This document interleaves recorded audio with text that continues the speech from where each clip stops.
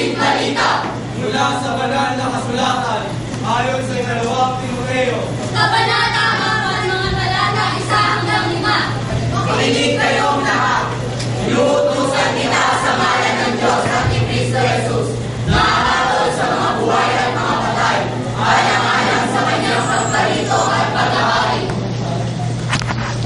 Ipangalan mo ang salita ng Diyos, napapanahon man o hindi, ikayatin mo, pagsabihan at patatagin ang loob ng mga tao, sa pamamagitan ng magandang pagtuturo. Sapagkat darating ang panahong hindi na nila pakikinggan ang wastong aral. Sa halip, susundin nila ang kanilang hilig. Mangangalap sila ng mga gurong walang ituturo kundi ang mga bagay lamang na gusto nilang marinig. Ibabaling nila sa alamat ang kanilang pansin at hindi na pinagiging ang katotohanan. Kaya, maging mapagpili ka sa lahat ng oras. Pagkisan mo ang mga kahirapang dumarating sa iyo. Pagbanan mo ang tungkulin ng isang mahangalan ng mabuting balita. Tugtin mo ang iyong mga tungkulin bilang tagapaglingkod ng Diyos.